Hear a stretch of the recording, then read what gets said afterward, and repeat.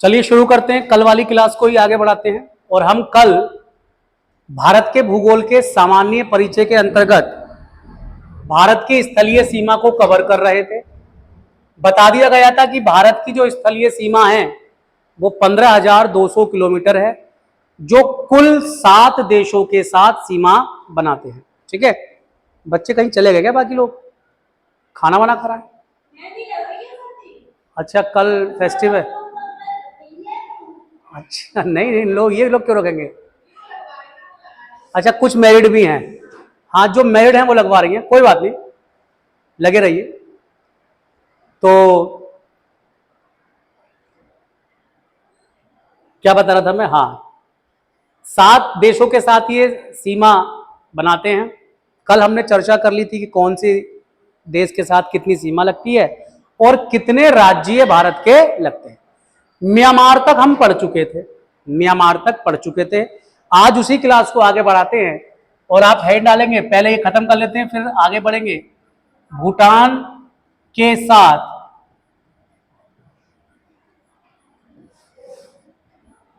सटे राज्य, तो भूटान के साथ जो राज्य लगे हुए हैं, तो एक भूटान के साथ कुल 4 राज्य लगे हुए हैं।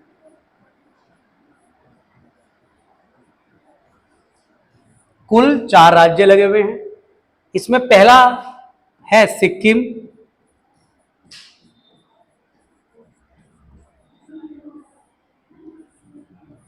इसमें दूसरा है असम, सॉरी सिक्किम से नीचे आएगा पश्चिमी बंगाल, तीसरा है असम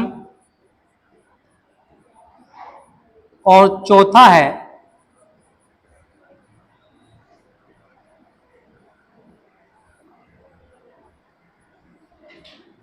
अरुणाचल प्रदेश। ठीक है, अगर देख लिया जाए कुछ इस तरह की स्थिति बनकर आती है। मान लीजिए ये एक देश है भूटान, तो इस भूटान के इधर ये ऐसे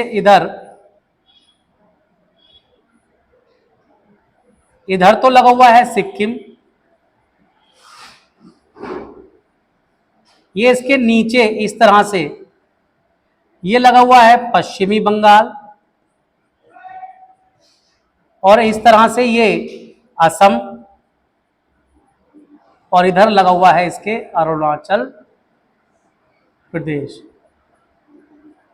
तो कुछ इस तरह की आकृति बनती है। 4 स्टेट कवर किए हुए हैं। पश्चिमी बंगाल, असम नीचे की ओर है, सिक्किम पश्चिम की ओर से इसको घेरे हुए है, और अरुणाचल प्रदेश पूरब से इसको घेरे हुए है। बात समझ में आ गई इतनी? चलिए, तो ये एक बचा था हमारा, एक और बचा हुआ है, उस पर भी काम खत्म कर लेते हैं, फिर अगले टॉपिक की ओर चलते हैं। एक बचा हुआ था हमारा अफगानिस्तान, तो आप सब जानते ही हैं अफगानिस्तान से केवल एक ही राज्य लगा हुआ है, और वो कौन सा है? लद्दाख। अफगानिस्तान से केवल एक ही राज्य की सीमा लगती है, और वो किसकी सीमा लगती है? लद्दाख की सीमा लगती है। ये आप समझ लीजिएगा। ठीक है, इतना जो कल का पहले टॉपिक बचा हुआ था उसको आप उतार लीजिएगा, फिर हम आगे बढ़ते हैं।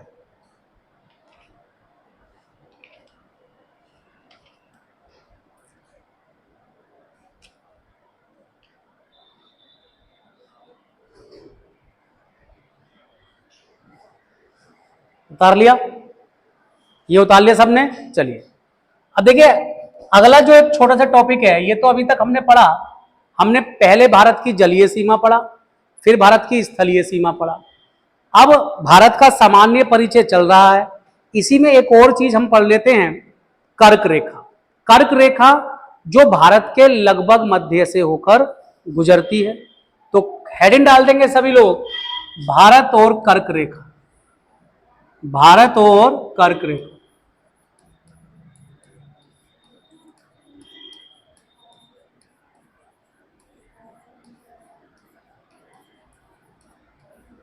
भारत और कर्क रेखा। अब जो कर्क रेखा है, आप सबसे पहले आपको पता होना चाहिए कर्क रेखा है क्या। तो आपने कह दिया कि 23.5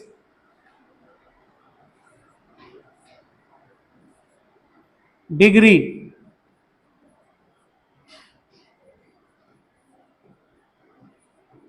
उत्तरी अक्षांश रेखा को ही हम लोग कर्क रेखा कहते हैं, पहली चीज। दूसरी चीज, कर्क रेखा भारत के लगभग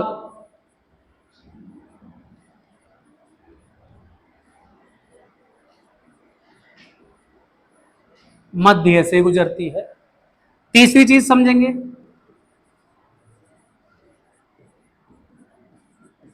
कर्क रेखा भारत के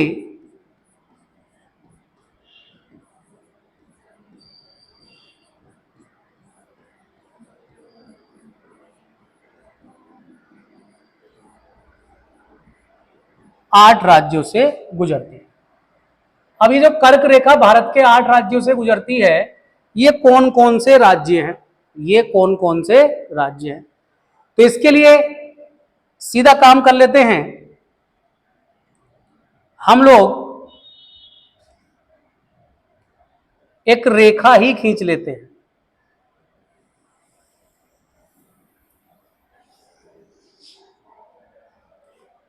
और इसका नाम हमने दे दिया कर्क रेखा। ये है हमारी 23.5 डिग्री कर्क रेखा। कर्क रेखा भारत के 8 राज्यों से गुजरती है। कौन कौन से वे 8 राज्य हैं, इस पर हम चर्चा कर लेते हैं।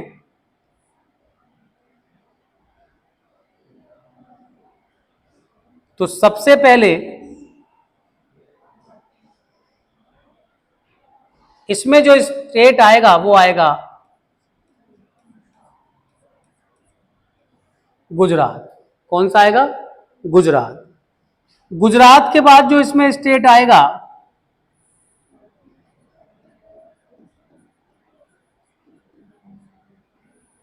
कौन सा आएगा? राजस्थान। राजस्थान के बाद जो इसमें स्टेट आएगा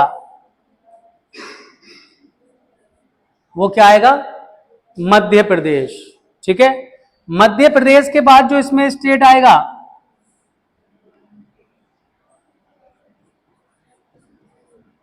वो आएगा छत्तीसगढ़। छत्तीसगढ़ के बाद जो इसमें स्टेट आएगा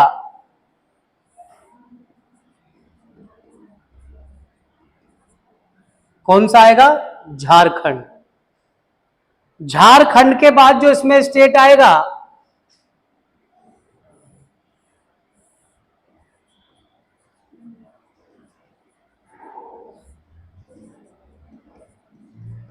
पश्चिमी बंगाल।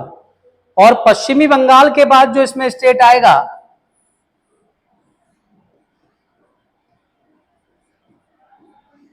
त्रिपुरा। और त्रिपुरा के बाद जो इसमें लास्ट स्टेट आएगा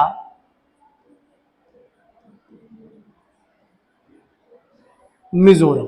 क्या आएगा? मिजोरम। तो 1 2 3 4 5 6 7 और 8। ओके, इस तरह से ये इनका क्रम है, इस तरह से ये फैले हुए हैं। अब यहां से जो सवाल पूछता है, यहां से जो सवाल पूछता है वो ये पूछता है, एक तो पूछेगा कि कर्क रेखा पर स्थित, कर्क रेखा पर स्थित कुल राज्यों की संख्या आपके सामने है 8। दूसरा पूछता है कि पूरब से पश्चिम और पश्चिम से पूरब, पूरब से पश्चिम और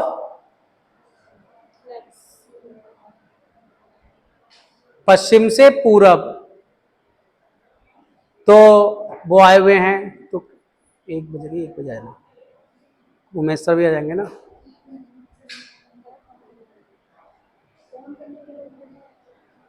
तो फोन कहाँ है मेरा? तो मेरी बात करा देती।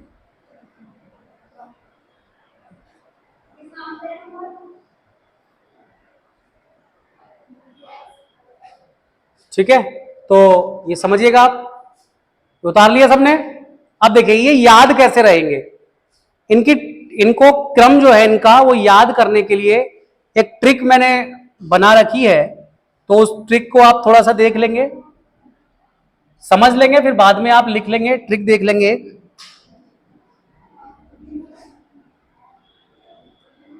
गुजरात का हमने शब्द ले लिया गा, राजस्थान का शब्द ले लिया रा, मध्य प्रदेश का शब्द ले लिया मां, और छत्तीसगढ़ का शब्द ले लिया छा, झारखंड से ले लिया जा या झा, पश्चिमी बंगाल से हमने शब्द ले लिया बंगाली, और त्रिपुरा इससे शब्द ले लिया टी, और मिजोरम से शब्द ले लिया मजा। देखिए सबके पहले पहले अक्षर लगभग उठा लिए हैं, ठीक है, गे रे मैं छा झा बंगाली टी मजा। अब इस सबको मिला के शब्द लिखता हूं मैं, शब्द है गरम, छाछ और बंगाली टी, टी मतलब चाय, पीकर मजा आ गया। तो यहां पर देखिए जो साइलेंस आपको करना है वो और को करना है, ठीक है, और पीकर को करना है, पीकर को करना है, और मजा आ गया को कर दीजिएगा। तो देखिए वही शब्द आपके बचेंगे, यानी इस और को हटा देंगे, पीकर को हटा देंगे और आ गया को हटा देंगे। बाकी जितने शब्द बचे, गैर है में गरम, छाछ छाछ, बंगाली छाछ मतलब मट्ठा, थोड़ा सा आपको थोड़ा सा अजीब लगेगा, छाछ शब्द होता है लेकिन यहाँ ट्रिक की वजह से सेट किया गया है। तो छाछ मतलब मट्ठा, और मट्ठा तो ठंडा ही पिया जाता है लेकिन हमने गर्म जोड़ दिया है, चाय गर्म पी जाती है, तो थोड़ा सा कोई बात नहीं, बंगाली टी, बंगाली चाय पीकर मजा आ गया। तो जब आप इस तरह से याद करेंगे तो ये सारे की सारी जो ट्रिक है ये सीक्वेंस में बनेगी। कैसे? इसको चाहे तो आप पश्चिम से पूरब में सेट कर लो, पश्चिम से पूरब में सेट कर लो, पश्चिम से पूरब में सेट कर लो, या पूरब से पश्चिम में सेट कर लो। जैसे भी आप चाहोगे याद करना, इस ट्रिक से याद हो जाएगा। कैसा भी क्वेश्चन पूछ ले, पूरब से पश्चिम राज्योक्रम पूछ ले या पश्चिम से पूरब राज्योक्रम पूछ ले, ये ट्रिक आपके सटीक बैठेगी। इसमें कोई भी स्टेट बीच से नहीं उठाया गया है, सीक्वेंस से ही आपको बताया गया। बात समझ में आ गई? तो ये एक छोटा सा टॉपिक था भारत के सामान्य परिचय का। कर्क रेखा भारत के बीचों बीच से गुजरती है, कर्क रेखा भारत के बीचों बीच से गुजरती है। ऐसे ही एक छोटा सा टॉपिक है, ये उतार लिया सबने, लिख लिया। चलिए आगे बढ़ते हैं। एक छोटा सा टॉपिक और है, भारत का मानक समय। मानक समय, तो भारत का मानक समय देखिए आपको पता होना चाहिए, जो समय होता है, समय निकालने का आधार, किसी भी स्थान का समय आप तभी निकाल सकते हैं, तभी बता सकते हैं जब आपको उस स्थान की देशांतरीय स्थिति का पता हो। तो हमेशा ध्यान रखेंगे, किसी भी स्थान का समय निकालने का आधार जो बनता है वो एक देशांतर रेखा बनती है। भारत का मानक समय भी एक देशांतर रेखा है। भारत का मानक समय जो है वो आपका 82.5 डिग्री पूर्वी देशांतर रेखा है। और दूसरा, इसी बीच में बता दूं आपको, विश्व का या अंतर्राष्ट्रीय मानक समय।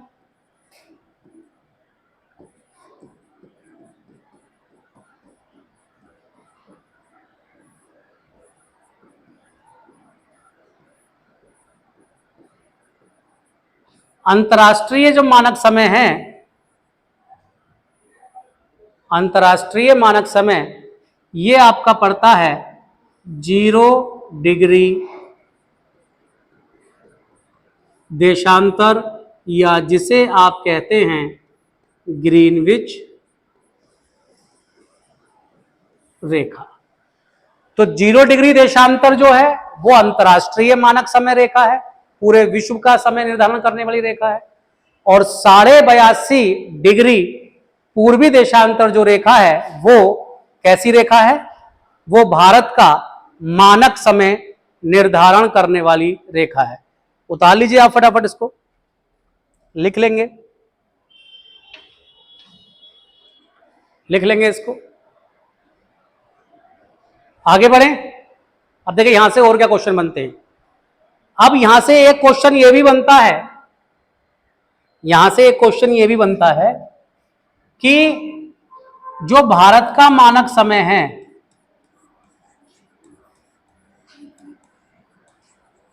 भारत का मानक समय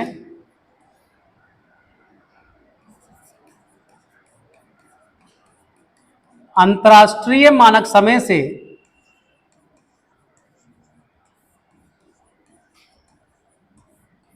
अंतर्राष्ट्रीय मानक समय से भारत का मानक समय अंतर्राष्ट्रीय मानक समय से 5.5 घंटा आगे होता है, आगे होता है। इसको एक उदाहरण से आप समझें, इसको एक उदाहरण से आप समझें कि यदि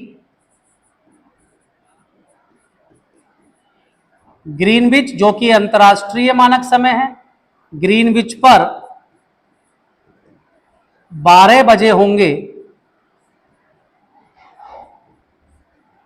तो भारत में उस समय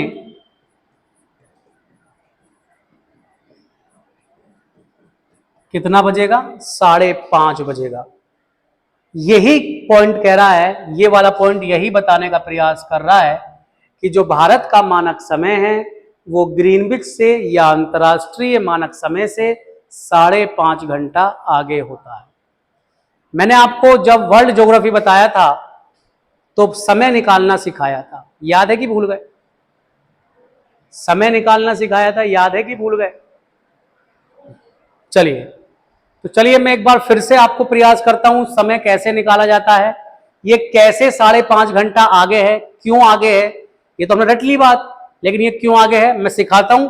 लेकिन उससे पहले एक चीज और यहां पर पढ़ लेते हैं फटाफट से, यहां पर एक चीज और पढ़ लेते हैं, और वो ये है कि भारत की मानक समय रेखा, भारत की मानक समय रेखा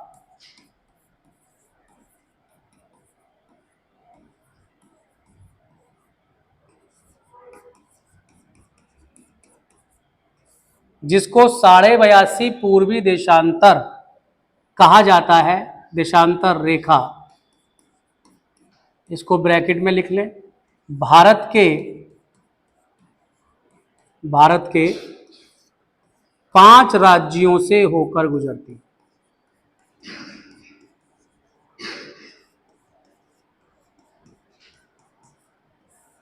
कितने राज्यों से गुजरती है? 5। जैसे अभी हमने कर्क रेखा देखी थी 8 राज्यों से, वैसे ही मान लीजिए ये है 82.5 डिग्री पूर्वी देशांतर रेखा, और ये रेखा आपकी 5 राज्यों से होकर गुजरेगी। सबसे पहला जो राज्य इसमें पड़ेगा वो पड़ेगा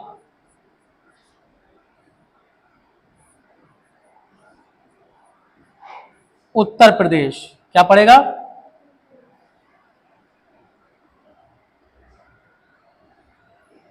उसके बाद पड़ेगा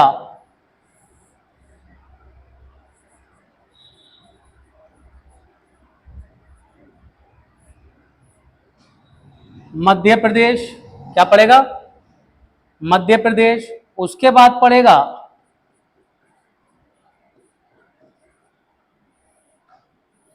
छत्तीसगढ़।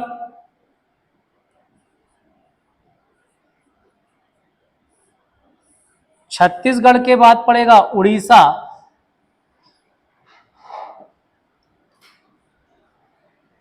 और लास्ट में पड़ेगा आपका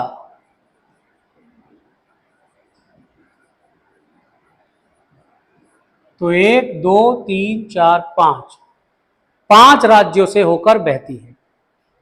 और एक और पॉइंट समझेंगे इसमें, भारतीय मानक समय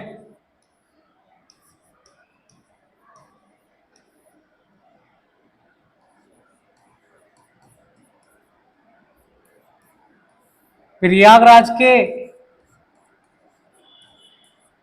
नैनी अथवा जैसा विकल्प हो, दोनों आजकल पूछा जा रहा है, मिर्जापुर मिर्जापुर से भारतीय मानक समय प्रयागराज के नैनी अथवा मिर्जापुर में स्थित है।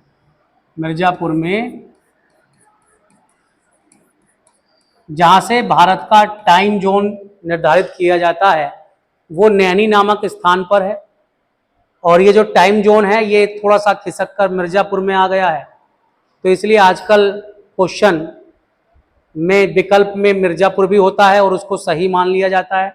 लेकिन जब भी ये सवाल आएगा आप ये समझिएगा, या तो मिर्जापुर है ऑप्शन में होगा या फिर आपका क्या ऑप्शन में होगा, नैनी प्रयागराज ऑप्शन में होगा। बात समझ में आ गई? यहां से कुछ पॉइंट्स मैं आपको नोट करके लिखवा देता हूं। कर्क रेखा और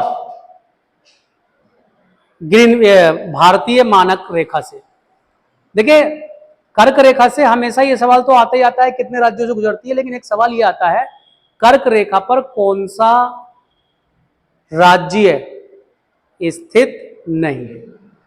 तो देखिए जनरली तो आप ऊपर नीचे हैं, आप टैली कर लेते हैं, आप तमिलनाडु थोड़ी ना उसमें दे देगा ऑप्शन में, तमिलनाडु आप पकड़ लोगे, कर्नाटक केरल आंध्रा ये सब पकड़ लोगे नीचे है, जम्मू कश्मीर हरियाणा ये सब ऊपर है।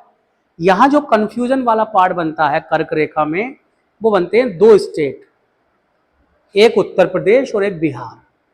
तो बिल्कुल साफ साफ नोट करके लिख लो,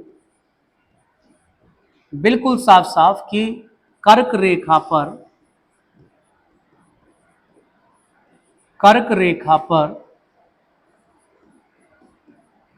उत्तर प्रदेश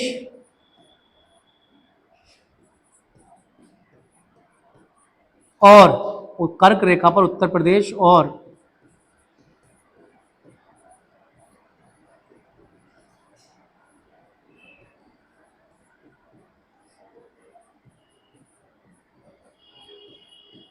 बिहार राज्य स्थित नहीं है। ऐसे ही एक दूसरा नोट भारतीय मानक समय रेखा के लिए लिख लीजिएगा। भारतीय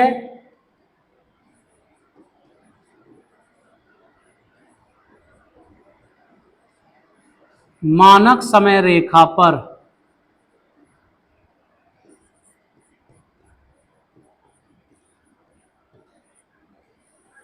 उत्तराखंड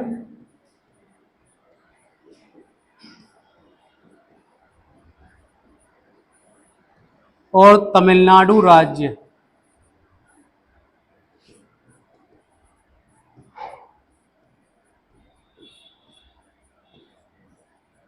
स्थित नहीं। क्योंकि देखिए बहुत सीधी आ रही है, ऐसे खड़ी खड़ी तो आपके दिमाग में आता है कि कहीं बीचों बीच में तमिलनाडु ना पड़ जाए, लेकिन तमिलनाडु साइड से बच जाता है, ये रेखा आंध्र प्रदेश से ही समुद्र में चली जाती है। ठीक है, आंध्र प्रदेश से ही कर्व है ना, इस तरह से कर्व है ना ये इंडिया का, ये आप देखें इंडिया का कर्व है ये इस तरह से, ये ऐसे, ये जो नीचे वाला ये पोर्शन है ये ऐसे जा रहा है, तो देखिए ये रेखा ऐसे आती है, कुछ कुछ ये ऐसे चली जाती है, ये समुद्र हो गया, ये स्थिति क्या हो गई, आंध्र प्रदेश। आंध्र प्रदेश से ये नीचे समुद्र, और तमिलनाडु यहां रह गया। हमारे दिमाग में कभी ऐसा चीज ना आ जाए कि ऐसे बीचों बीच से चलती, नहीं, आंध्र प्रदेश से ये तमिलनाडु न जाकर सीधा समुद्र की ओर चली जाती है। इसलिए ये क्वेश्चन फंसाने का काम करता है कि जो 82.5 डिग्री पूर्वी देशांतर रेखा है, क्या वो तमिलनाडु से गुजरती है अथवा नहीं, तो आप कहेंगे नहीं गुजरती। ओके, चलिए ये सब कुछ थी बातें। अब चलिए मैं आपको यहां पर बता देता हूं, अगला टॉपिक डाल देंगे, समय का निर्धारण।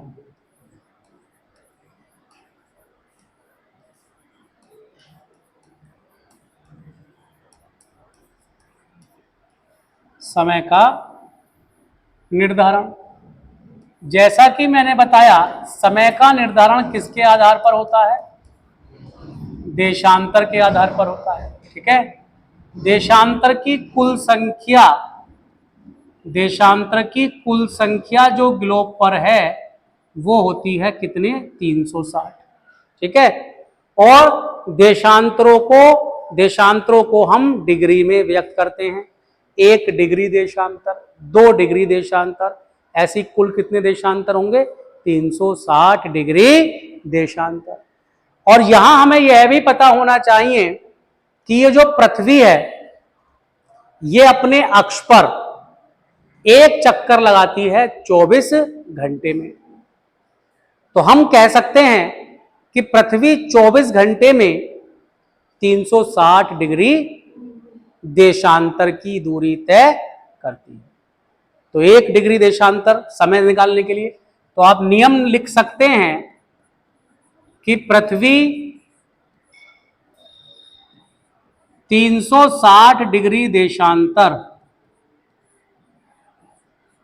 की दूरी तय करती है कितनी देर में, 24 घंटे में। तो इसी नियम के हिसाब से लिख सकते हैं, पृथ्वी 1 डिग्री देशांतर की दूरी तय करेगी, तो आप लिख सकते हैं 24/360 गुणा 60, घंटे को मिनट में बदल देंगे, 6 छंग 36 और 6 चौक 24, और ये आपका आ गया 4 मिनट। मतलब हमें पता चल गया, हमें इस फॉर्मूले से पता चल गया कि 1 डिग्री देशांतर बराबर होता है 4 मिनट के। इस फॉर्मूले के आधार पर आप किसी भी देशांतर को समय में बदल सकते हैं।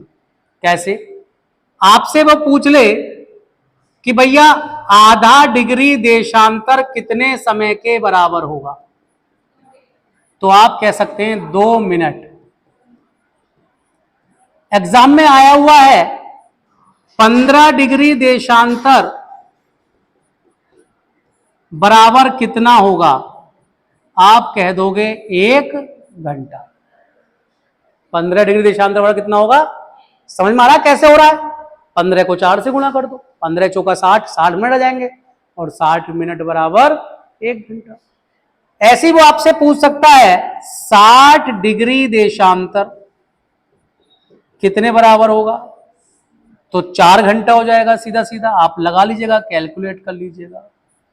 इस तरह से हम इस फॉर्मूले के आधार पर किसी भी दिए हुए देशांतर को समय में बदल सकते हैं। किसमें बदल सकते हैं, समय में। कुछ भी पूछ ले, 75 डिग्री, 60 डिग्री, 15 डिग्री, कुछ भी पूछ ले, आपका जवाब इस फॉर्मूले से निकल कर आ जाएगा। बस आपको यह याद रखना है 1 डिग्री देशांतर 4 मिनट के बराबर होता है। अब वो जितने डिग्री पूछ ले, ठीक। एक चीज यहां बात क्लियर हो गई, इतना उतार लिया सबने। अब देखिए इसके आगे चलते हैं। अब हमें ये पता होना चाहिए कि मान लीजिए ये ग्लोब है और इस ग्लोब पर ये रेखा है और ये रेखा है 0 डिग्री देशांतर। और जैसे कि मैंने अभी थोड़ी देर पहले बताया कि जो 0 डिग्री देशांतर है ये पूरे विश्व का समय निर्धारण रेखा है। इसको अंतर्राष्ट्रीय समय रेखा बोलते हैं या अंतर्राष्ट्रीय मानक समय बोलते हैं। और चूंकि ये ग्रीनविच से होकर गुजरती है इसलिए इसको ग्रीनविच रेखा भी कहते हैं। ग्रीनविच एक स्थान का नाम है जो लंदन में स्थित है। ग्रीनविच रेखा इसलिए इसको बोलते हैं। अब ये 0 डिग्री से इधर यहां तक मान लीजिए ये ऐसे 180 डिग्री हो जाएगा और इधर भी क्या हो जाएगा 180 डिग्री हो जाएगा। इस 0 डिग्री से इधर जितनी भी स्थिति होगी ये पूरब हो जाएगा और इधर जितनी भी स्थिति होगी ये पश्चिम हो जाएगा। इधर सारी देशांतर चाहे वो 10 डिग्री हो, 20 डिग्री हो, 100 डिग्री हो, सब पूर्वी देशांतर कहलाएंगे और इधर सब पश्चिम देशांतर कहलाएंगे। बात समझ में आ गई इतनी? अब देखिए इसके आगे। अब हमें पता है कि जो सूरज है हमारा वो पृथ्वी के किस साइड है? ईस्ट साइड है। ओके। और हमें यह भी पता है कि पृथ्वी जो घूमती है वो पश्चिम से पूरब की ओर चलती है, सूरज की ओर चलती है कह सकते हैं। तो जो पूरब की ओर वाले देशांतर होंगे वहां समय पहले माना जाएगा तुलना में पश्चिम के। मान लीजिए यहां पर 10 डिग्री है और यहां पर 20 डिग्री है तो 10 डिग्री पे समय पहले होगा, 20 डिग्री पे समय बाद में। इसीलिए मैंने बताया कि ये तो 0 डिग्री हो गई। अब मान लीजिए हमारी रेखा ये है, कौन सी हमारी? 82.5 डिग्री पूर्वी देशांतर। कहां की रेखा है ये? भारत की रेखा है। भारत का मानक समय जस्ट अभी देखा हमने, देखा। अब भारत का मानक समय 0 डिग्री से या ग्रीनविच से आगे तो होगा क्योंकि पूरब में है, क्योंकि पूरब में जाने पर समय प्लस होगा और पश्चिम में जाने पर इसके समय माइनस होगा क्योंकि पृथ्वी चली पश्चिम की ओर रही है। बात समझ में आ गई? अब कितना आगे होगा? ये तो रटने वाली बात होगी, सबको रट रहता है 5.5 घंटे आगे होगा। 5.5 घंटे क्यों? तो देखिए मैंने आपको बताया था कि 82.5 डिग्री हमारे पास क्या है? ये हमारे पास 82.5 डिग्री क्या है? देशांतर। अब इस फॉर्मूले के आधार पर आप 82.5 डिग्री देशांतर को समय में बदल दीजिए। समय क्या होगा? तो हम क्या देखते हैं, हम इसको तोड़ लेते हैं 75 डिग्री, यानी इस 82.5 को अगर मैंने तोड़ा पड़ाव में तो 75 डिग्री तो एक आ जाएगा क्योंकि 75 डिग्री के बराबर सीधा कितना होता है? 5 घंटे के। हो गया नहीं हो गया? 60 डिग्री 4 घंटे के तो 75 डिग्री 5 घंटे के। अब 75 डिग्री के अलावा इसमें कितने और बच गए? 7.5 डिग्री। 7.5 डिग्री घंटे में बदलेंगे नहीं क्योंकि 15 डिग्री का 1 घंटा होता है तो ये मिनटों में ही आएगा समय। तो 7.5 7 चौक 28 और आधे को बदल दो 2 तो ये समय आ जाएगा 30 मिनट। क्या आ जाएगा? और दोनों को मिला के जब लिखोगे तो कितना हो जाएगा? 5 घंटा। तो इसीलिए तो आपसे कह दिया जाता है कि यहां से यहां तक का जो डिफरेंस होगा वो कितना होगा? 5.5 घंटा आगे होगा। तो 5.5 घंटा यूं ही नहीं आता है, इसका एक लॉजिक है और इसी आधार पर आप दिए हुए किसी भी देशांतर का क्या निकाल सकते हैं? समय निकाल सकते हैं। बस उसको करना क्या होगा? जैसे मैंने 82.5 को समय बदल दिया ऐसे ही आप दिए हुए देशांतर को समय बदल दीजिएगा। अगर वो टाइम पूरब का पूछा है तो ऐड हो जाएगा उतना समय और अगर पश्चिम का पूछा है तो घट जाएगा। जैसे उदाहरण दे दिया जाए कि यहां बज रहा है 1, कहां पर? ग्रीनविच पे। तो भारत में क्या बजेगा? तो इसमें आप 5.5 घंटा क्या कर देंगे? ऐड कर देंगे। तो 1 में 5.5 जोड़ेंगे तो क्या आ जाएगा? 6.5। तो यहाँ क्या बजेगा, 6:30 बजेगा, कुछ भी दे दे आपको। ठीक है, बात समझ आ गई। अब आप इसको उतार लीजिएगा, बाकी चीजें इसकी कल करेंगे। ठीक।